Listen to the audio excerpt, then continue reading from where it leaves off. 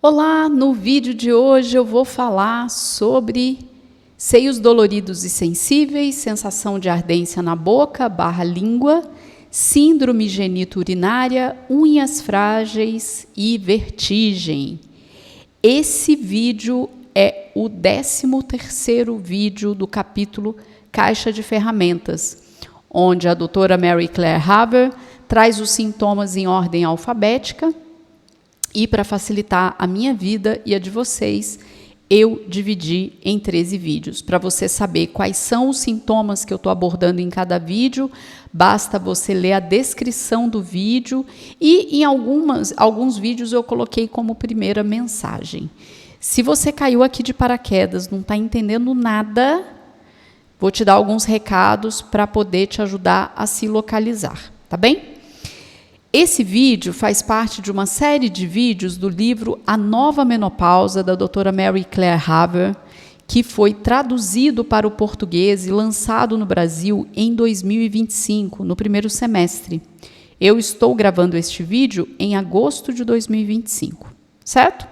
Se você já vem pesquisando sobre transição da menopausa e quer informações sobre sintomas que você está tendo, você pode navegar por essa série de 13 vídeos, tá bem?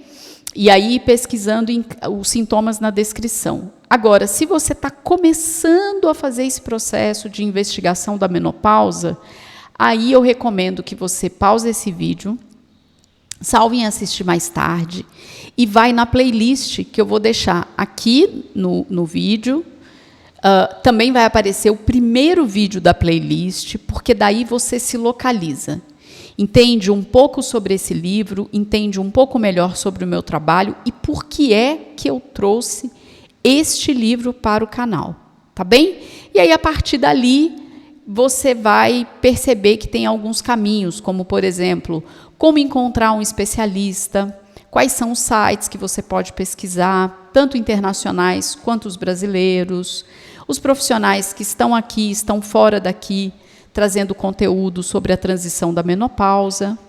Maravilha? Agora, se você já vem acompanhando e, na verdade, estava esperando muito por este momento, porque os seus sintomas se encontram aqui neste capítulo, seja muito bem-vinda, seja muito bem-vindo. Para quem não me conhece, meu nome é Thaís Tosati, eu sou psicoterapeuta, especialista em individuação, atendo adolescentes e adultos sobreviventes de relações tóxicas e especialista na terapia breve do resgate da criança interior. Então, nesse vídeo, eu vou descrever esses sintomas que são os últimos da caixa de ferramenta e no vídeo seguinte eu vou fazer uma finalização com cada apêndice do livro. Então, na verdade, vai ser muito mais informativo. Eu fiz um documento no Google Drive para você poder acessar cada apêndice, que inclusive em alguns vídeos eu já tinha trazido alguns deles, como, por exemplo, a escala de Green, para você ter uma noção dos seus sintomas, o quanto eles estão intensos ou não, e te preparar para a consulta com o especialista. E alguns documentos são novos, tá bom? E também vou finalizar sobre como foi para mim fazer a gravação desses vídeos, estando em transição menopáusica e optando pela reposição hormonal. Vamos lá, então? Então, vamos começar a sensibilidade, os seios doloridos e sensíveis. A dor e a sensibilidade nos seios, algo que recebe o nome de mastalgia. É comum na gravidez e na pré-menopausa durante o ciclo menstrual. Então, seria lógico esperar que cessassem quando esses ciclos terminassem. Para algumas mulheres, no entanto, a dor nos seios pode teimar em aparecer e gerar o medo de que se trate de um sintoma de câncer de mama. Contudo, dor nos seios raramente é sintoma de câncer de mama, qualquer que seja a idade da paciente. Esse tipo de dor pode ser cíclica ou acíclica. A dor cíclica é a mais comum e é associada à menstruação. É causada pelas oscilações mensais de estrogênio e progesterona, pois ambos têm um efeito estimulante sobre o tecido mamário, fazendo-o reter água e aumentando o tamanho e o número de dutos e glândulas de leite. Se você ainda menstrua, talvez sinta dor cíclica nos seios alguns dias antes do sangramento. A região fica mais sensível, dolorida e nodosa. E a dor pode se estender às partes superiores e externas do seio, da axila e do braço. Então, quando a menstruação acaba, os sintomas costumam sumir. A dor cíclica pode piorar durante a perimenopausa, quando os hormônios têm altos e baixos caóticos, e continuar na menopausa, sobretudo em mulheres que usam contraceptivos orais ou fazem terapia hormonal. A dor cíclica não é ligada à menstruação e não segue nenhum padrão. Pode ser constante ou intermitente, afetar um seio ou ambos e impactar o seio inteiro ou apenas uma parte dele.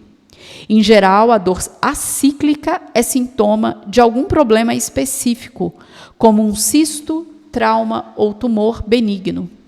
Vários problemas que afetam a parede torácica, o esôfago, o pescoço e a parte de cima das costas, e até o coração podem gerar sintomas que parecem ser dor nos seios. Caso tenha displasia mamária, você talvez sofra de dor cíclica ou acíclica em um dos seios ou em ambos. Essa condição é muito comum e causa o engrossamento do tecido ou um número grande de cistos em seios que, de resto, são normais, provocando mais casos de dor, sensibilidade ou granulosidade. Você também pode ser mais suscetível a dores nos seios, caso tenha um desequilíbrio de ácidos graxos nas células, o que torna o tecido mamário mais vulnerável a mudanças hormonais.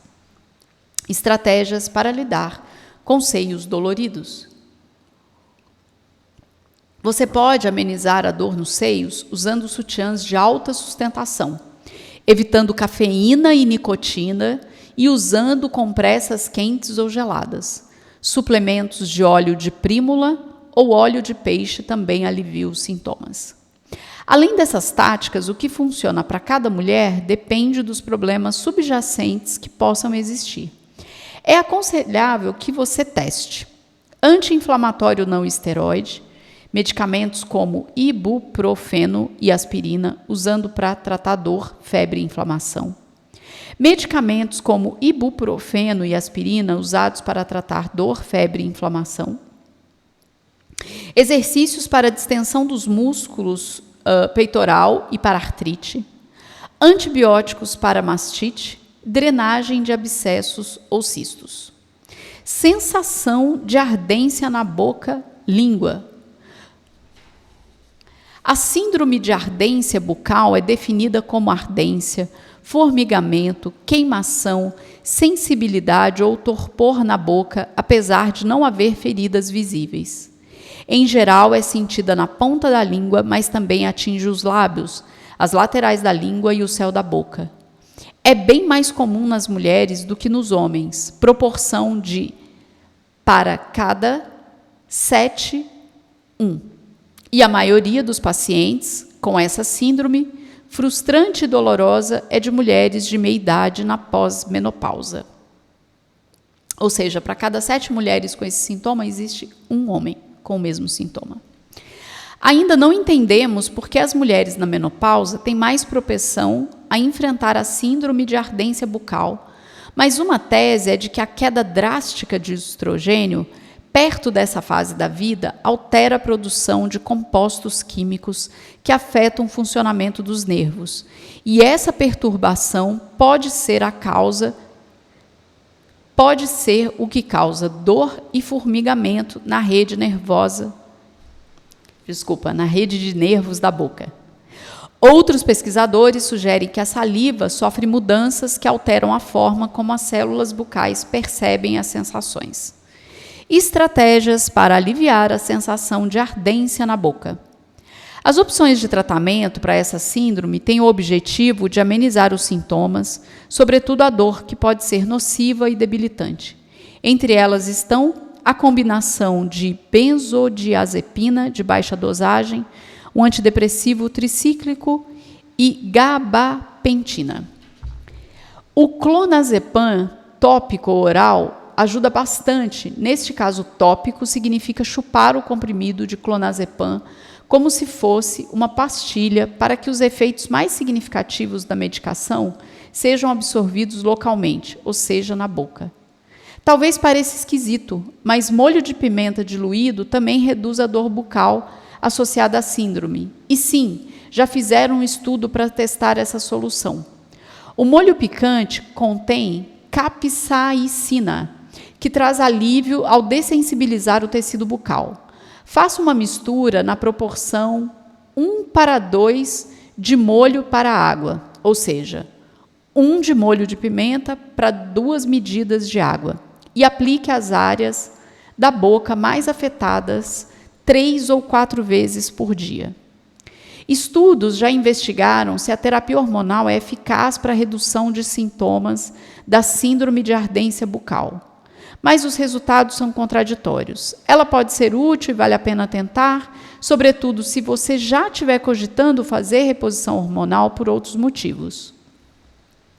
Há estudos em que algumas pacientes com síndrome de ardência bucal perceberam que o antioxidante ácido alfa-lipoico amenizou os sintomas e outras consideraram ineficaz.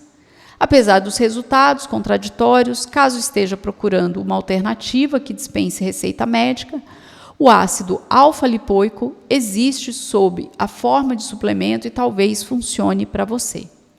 Talvez você já tenha ouvido falar que a erva de São João melhora a ardência bucal, mas os pesquisadores que investigaram seu uso descobriram que essa informação não procede. Sensação de formigamento na pele, sensação de dormência nas extremidades e sensação de choque elétrico. Disestesias e parestesias são sensações anormais na pele, como choques elétricos, formigamentos, dormências, coceiras ou ardências. São formas de neuropatias periféricas resultantes de problemas no sistema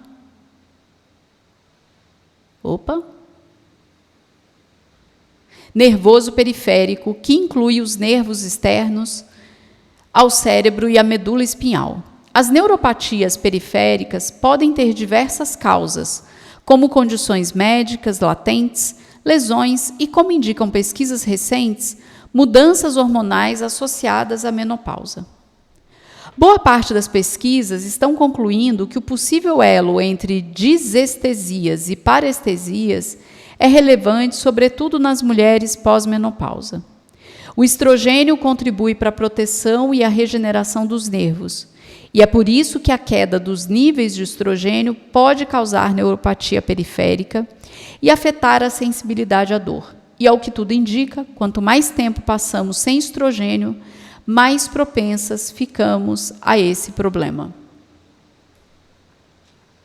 Estratégias para lidar com a sensação de formigamento na pele, sensação de dormência, nas extremidades, sensação de choque elétrico. Caso experimente qualquer uma dessas sensações, é importante que você procure o médico, já que as possíveis causas são inúmeras, podendo ser de origem endocrinológica ou resultantes de uma doença autoimune, de um déficit nutricional, de uma hérnia de disco ou de algum outro problema que exija tratamento. A melhor forma de tratar vai depender da causa subjacente. Embora o vínculo entre mudanças hormonais e neuropatia periférica esteja se tornando mais evidente, o papel da terapia hormonal na menopausa, no alívio dos sintomas, ainda precisa ser mais pesquisado. Síndrome genito-urinária. O sistema genito-urinário engloba os órgãos genitais e urinários. Na menopausa, quando desenvolvemos sintomas que afetam a vagina, a vulva ou bexiga, os médicos preferem Os médicos se referem a esse problema como síndrome geniturinária da menopausa. Ela causa diversos sintomas e, apesar de bastante comum, muitas vezes não é tratada porque as mulheres não os relatam aos médicos por vergonha ou desconhecimento sobre as várias opções de tratamento eficazes existentes. Vamos nos debruçar sobre cada órgão e as diversas alterações que podem sofrer com a perda do estrogênio na menopausa. Na bexiga, os tecidos conjuntivos podem ficar mais fracos, causando incontinência urinária, e o revestimento da bexiga e da uretra podem acabar mais suscetíveis a irritações e infecções. A falta de estrogênio é a causa mais provável de infecção urinária crônica em mulheres na menopausa. No clitóris, a diminuição de fluxo de sangue e a saúde debilitada dos tecidos pode reduzir a sensibilidade e a reatividade clitorianas. Ambas as consequências levam a menos excitação e o prazer sexual. Na vulva, abertura e partes externas da vagina, inclusive os lábios vaginais, a pele e as membranas mucosas podem afinar e perder a elasticidade. Também pode haver falta de lubrificação. O efeito conjunto dessas mudanças pode causar irritação, desconforto e ressecamento na vulva, mais perceptível durante as relações sexuais.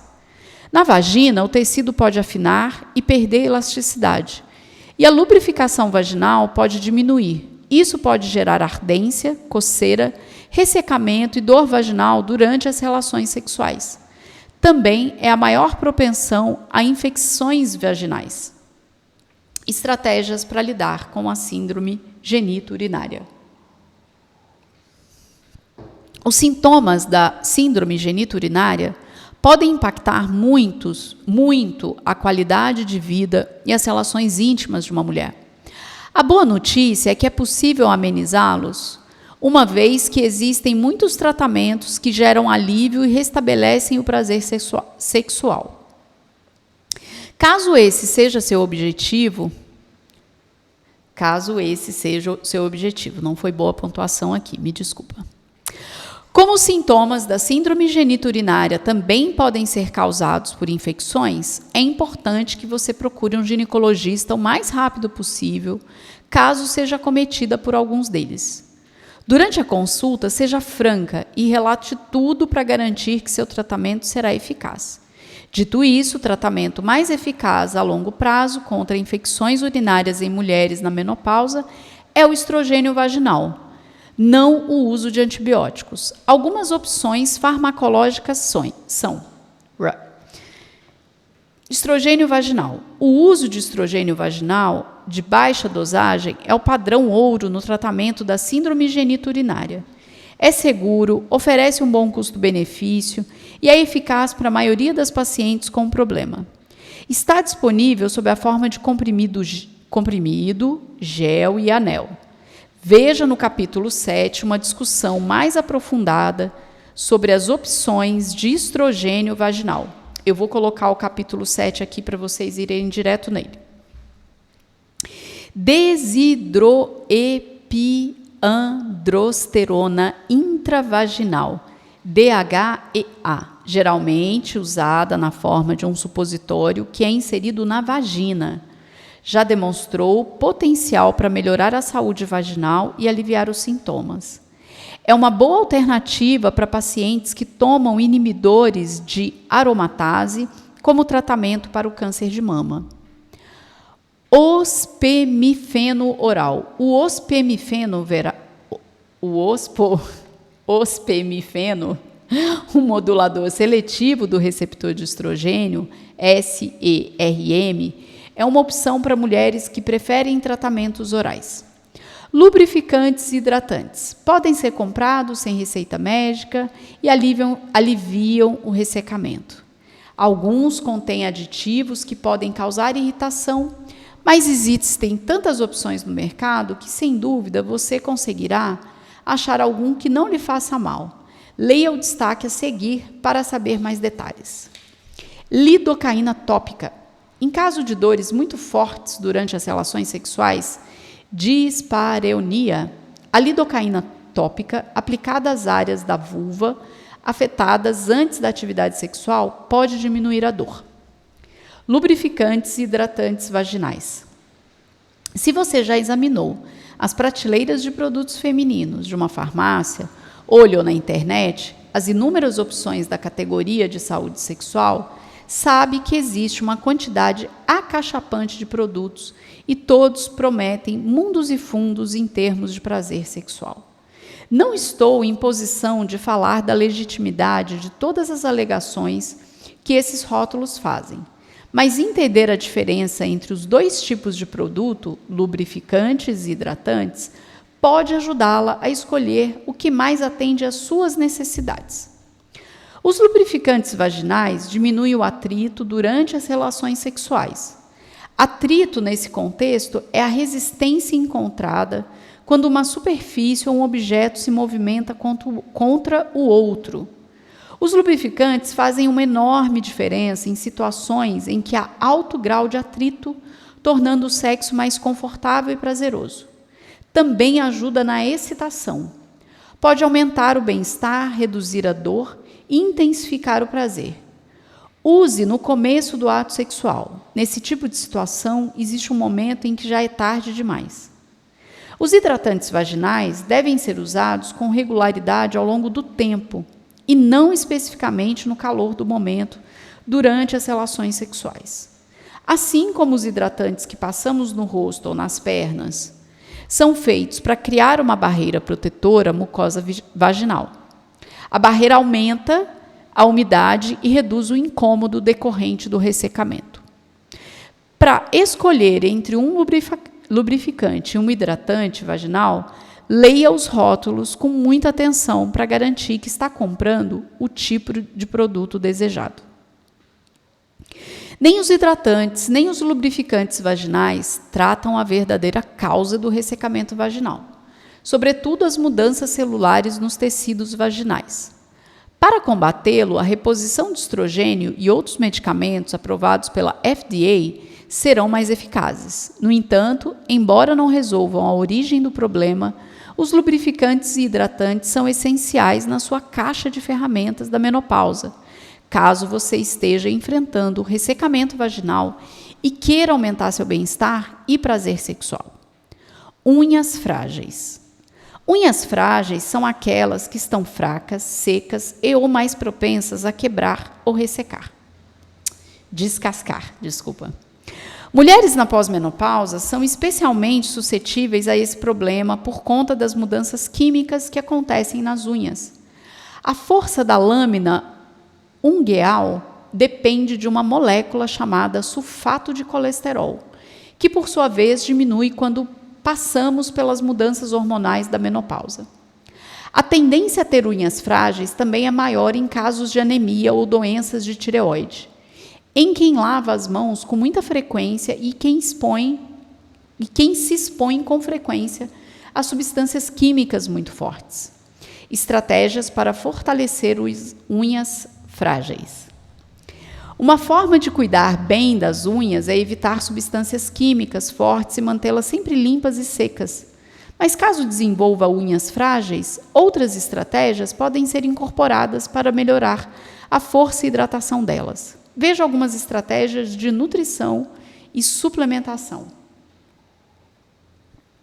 Tomar mais biotina, também conhecida como vitamina B7.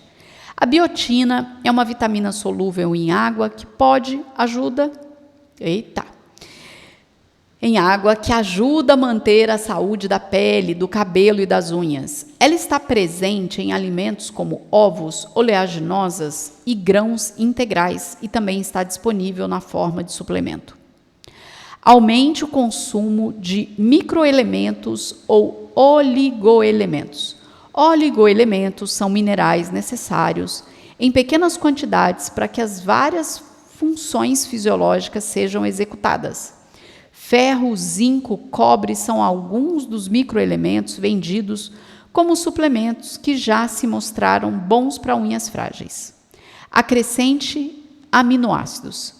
Em grande medida, suas unhas são formadas pela proteína queratina, feita de aminoácidos, sobretudo de cisteína.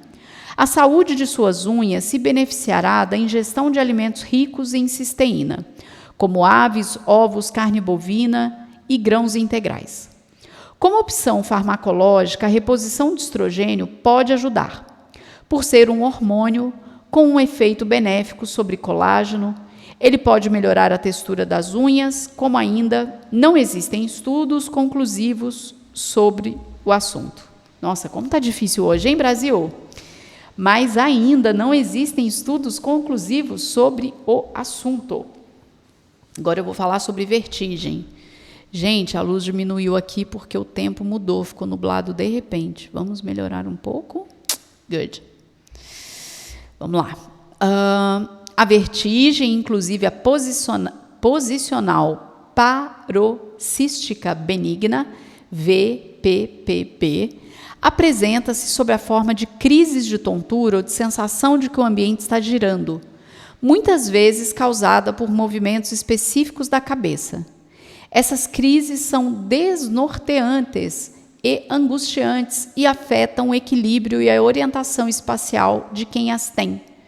A prevalência de VPPB é bem maior nas mulheres do que nos homens, e a experiência clínica sugere que a menopausa pode contribuir para isso, uma vez que as oscilações hormonais influenciam o ouvido interno, responsável pelo equilíbrio e pela orientação espacial. A menopausa também pode causar vertigem das seguintes formas: desalojamento da otoconia. Dentro do ouvido interno, pequenos cristais de cálcio chamados otoconias,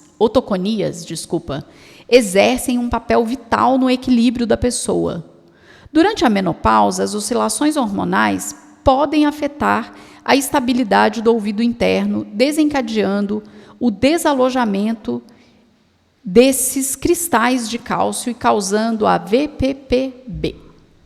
Metabolização da otoconia. A queda do nível de estrogênio durante a menopausa pode prejudicar a metabolização da otoconia e levar a uma diminuição dos cristais de cálcio essenciais para o equilíbrio e a orientação do indivíduo. Viscosidade e volume de líquido no ouvido interno. As mudanças hormonais da menopausa podem alterar a viscosidade e o volume de líquido no ouvido interno. Essas transformações podem desorganizar os delicados mecanismos de equilíbrio, agravando os sintomas da vertigem. Como nem todas as mulheres sofrem de VPPB durante a menopausa, é lógico que não são apenas as mudanças hormonais que a causam. A idade, a genética e o estilo de vida também influenciam seu desenvolvimento. Pesquisas recentes também sugerem que existe uma relação entre VPPB e densidade óssea. Pacientes com a doença, tanto mulheres quanto homens, exibiram uma densidade óssea mais baixa em comparação com as participantes de grupos de controle. Ainda não se sabe direito qual é o vínculo entre as duas coisas, mas a ligação suscita preocupação sobre o possível impacto da VPPB sobre a saúde óssea. Também está evidente que em pacientes com vertigem, a densidade óssea deve ser monitorada com regularidade e muita atenção. Estratégias para lidar com a vertigem. Estudos já mostraram que níveis baixos de vitamina D contribuem para o surgimento da VPPB. Sua suplementação, seja sozinha ou com cálcio, reduz crises em pessoas que sofrem de VPPB. A terapia hormonal se saiu melhor do que o placebo na redução da incidência de vertigem em mulheres na menopausa. Talvez isso aconteça porque a reposição de estrogênio ajuda a corrigir a metabolização de otoconias, restabelecendo o número de otoconias de que o ouvido interno precisa para haver estabilidade e equilíbrio. Unir reposição hormonal e administração de vitamina D pode ser uma estratégia mais eficaz para a prevenção de crises. A manobra de Epley é a versão mais conhecida do reposicionamento canalicular, tratamento usado em portadores de VPPB. O médico faz movimentos específicos para aliviar a sensação de tontura. Trata-se de um truque para botar os cristais de cálcio em seu respectivo lugar, restaurando a orientação e reduzindo tonturas. É importante ressaltar que esse método não funciona para todos os tipos de tontura. Pergunte ao seu médico se ele seria indicado para o seu caso. Zumbido no ouvido. O zumbido é um problema auditivo que cria a sensação de som constante nos ouvidos. Esse barulho fantasma pode ser levemente incômodo e extremamente aflitivo, afetando a qualidade de vida do seu portador. Embora possa ser decorrente de vários fatores, como perda auditiva, exposição a sons altos, medicamentos e estresse psicológico, pesquisas recentes indicam a possibilidade de haver uma conexão entre o zumbido e a menopausa. E revelaram que 22% das mulheres na pós-menopausa declaram ter tido zumbidos. Alguns estudos sugerem que os hormônios reprodutivos podem ter relação com esse sintoma. Não surpreende, pois como o nível baixo de estrogênio na menopausa já foi associado à perda auditiva, sabemos que ele tem seu papel no funcionamento da audição. O estrogênio influencia o fluxo sanguíneo que vai para o ouvido e reduz a inflamação do nervo coclear e os danos aos neurônios essenciais às vias auditivas.